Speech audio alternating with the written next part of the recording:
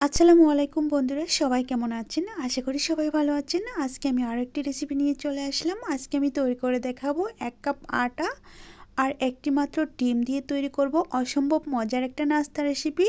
আর এই রেসিপিটি খেতে একদম ডাই কেকের মতো লাগবে আর অনেকটা মজাদার একটা নাস্তা হতে চলেছে। তো কথা না বাড়িয়ে আমরা মূল ভিডিওতে চলে যাচ্ছি। তার আগে বলছি, একটা লাইক দিয়ে সম্পূর্ণ ভিডিওটি দেখার চেষ্টা করবেন। আর ভালো লাগলে চ্যানেলটি সাবস্ক্রাইব করে দিয়ে পাশে থাকার চেষ্টা করবেন। চলুন মূল ভিডিওতে চলে যাচ্ছি। প্রথমে একটা মিক্সিং বোল নিয়েছি আর নিয়েছি নর্মাল রুম টেম্পারেচারে রাখা একটি ডিম। আমি ডিমটাকে প্রথমে ভেঙে নিব, তারপর একটা কাঁটার চামচের সাহায্যে ডিমটাকে হালকা একটু ফেটিয়ে নেব। অনেকটা বেশি ফেটিয়ে নেওয়ার কোনো প্রয়োজন নেই, হালকা একটু ফেটিয়ে নেওয়ার পর এখানে অন্য অন্য উপকরণগুলো অ্যাড করে দিব।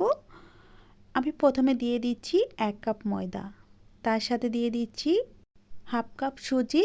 আর সুজি দেওয়ার পর আমি এখানে অ্যাড করে দিচ্ছি 1/3 কাপ গুঁড়ো দুধ। গুঁড়ো দুধটা দেওয়ার কারণেই খেতে কিন্তু অসম্ভব মজার হয়ে থাকবে।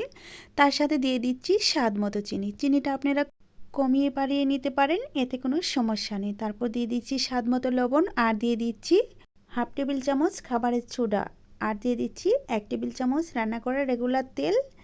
সবগুলো দেওয়ার পর আমি হাত দিয়ে এগুলোকে ভালোভাবে মিশিয়ে নেব। একদম চাপাচাপি করে মিশানো যাবে না, আলতো হাতে এটাকে মিশিয়ে নিতে হবে, যাতে করে একটু দানা দানা ভাব থাকে। একদম দেখতে দুধের ছানার মতো হয়ে যাবে। তো আমার একটু মাখানো হয়ে গেছে। এখন যেহেতু একটু জোরে আছে, তার জন্য আমি এখানে দিয়ে দিব 2 টেবিল চামচ লিকুইড দুধ। দুধটা দিয়ে আমি ভালোভাবে একটা ডো তৈরি করে নিব। দেখেন কীরকম জোরে আছে। তো এরকম ঝরঝরে থাকবে না। যখন আমি একটু দুধ মিশিয়ে দিব, তখন চিনি থেকে একটু হালকা পানি ছাড়বে তখন আপনি ডোটা অনেকটা সুন্দর হয়ে যাবে। তো আমি 1 টেবিল চামচ দিয়ে দিচ্ছি, তার সাথে আরেক টেবিল চামচ দিয়ে তারপর আমি এখন মাখিয়ে নেব। আর দেওয়ার কোনো প্রয়োজন নেই। এখন এমনি ডোটা অনেকটা সুন্দর হয়ে যাবে। দেখেন আমি মাখানোটা স্কিপ করছি না, যাতে করে আপনারা অনেকটাই বুঝতে পারেন। যতক্ষণে আমার ডোটা মাখানো হবে ততক্ষণে আমি বলছি, যদি আমার রেসিপি ভালো লেগে থাকে তাহলে একটা কমেন্ট করে একটা লাইক দিয়ে আমাকে জানিয়ে দিবেন আজকের রেসিপিটি কেমন হয়েছিল। আমার মাখানো হয়ে গেছে। এখন আমি হাতটাকে ক্লিন করে নিয়ে তারপর নাস্তাগুলো তৈরি করে নেব। এখন অনেকটাই আঠালো, তো আমি হাতটা ক্লিন করে তারপর ফিরে এসে দেখাচ্ছি নাস্তাগুলো কিভাবে তৈরি করব। আমি একটু একটু করে ডো নিয়েছি, নিয়ে তারপর হাতের মধ্যে গোল করে একটু চ্যাপটা করে দিচ্ছি। আর সমান করার কোনো প্রয়োজন নেই, একটু এবড়ো থেবড়ো থাকলেও অনেকটা সুন্দর লাগবে। একটা তৈরি করা হয়ে গেছে। আপনাদের বোঝার সুবিধার্থে আমি আরও একটি নাস্তা তৈরি করে নিচ্ছি। কীভাবে তৈরি করে নিচ্ছি একটু দেখার চেষ্টা করুন, তাহলে বুঝে নিতে পারবেন। তো তৈরি করা হয়ে গেছে। একইভাবে সবগুলো নাস্তা তৈরি করে নিয়ে তারপর ফিরে এসে দেখাচ্ছি। সবগুলো নাস্তা তৈরি করা হয়ে গেছে। আমি একবারে সবগুলো নাস্তা তৈরি করছি না, অল্প কিছু নাস্তা তৈরি করে নিয়েছি, আর বাকিটুকু আমি পরে নাস্তা বানিয়ে ভেজে নিব। তো এখন আমি চুলায় চলে যাব ভাজার জন্য। চুলায় একটা কড়াই বসিয়ে রেখেছি, আর এখানে পরিমাণ মতো তেল দিয়ে তেলটাকে হালকা আঁচে গরম করে নিয়ে তারপর একে একে নাস্তাগুলো দিয়ে দিচ্ছি। আমি যেগুলো নাস্তা প্রথমে বানিয়ে নিয়েছিলাম সবগুলো নাস্তা দিয়ে দিচ্ছি। এখন আমি নাস্তাগুলো হালকা আঁচে সুন্দরভাবে ভেজে নেব। অবশ্যই চুলার আঁচটা মিডিয়ামে রাখার চেষ্টা করবেন, এতে করে নাস্তাগুলো একদম ডাই কেকের মতো হয়ে যাবে। আর আজকের রেসিপিটি যদি আপনারা বাড়িতে ট্রাই করেন তাহলে একদম বাজার থেকে ডাই কেক কেনার কথা ভুলে যাবেন। আর অল্প খরচে যদি আমরা ঘরে ডাই কেক তৈরি করে নিতে পারি তাহলে বাজার থেকে কেনা কোনো প্রয়োজন নেই।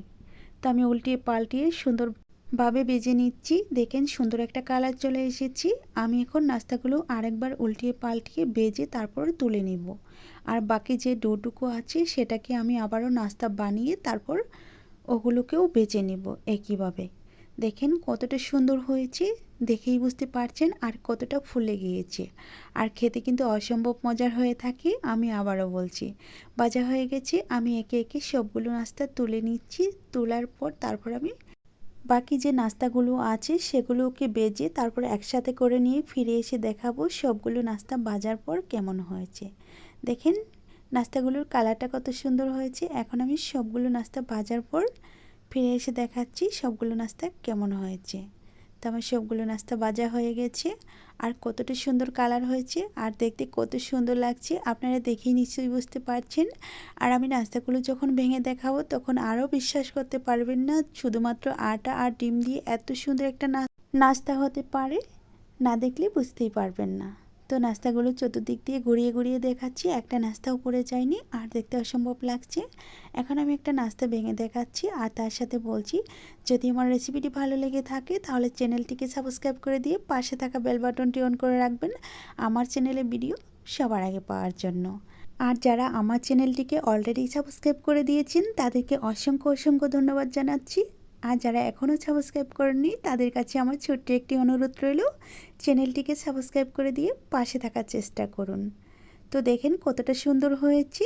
এখন আমার বিদায় নেওয়া পালা। আজ এই পর্যন্তই। ভালো থাকবেন, সুস্থ থাকবেন।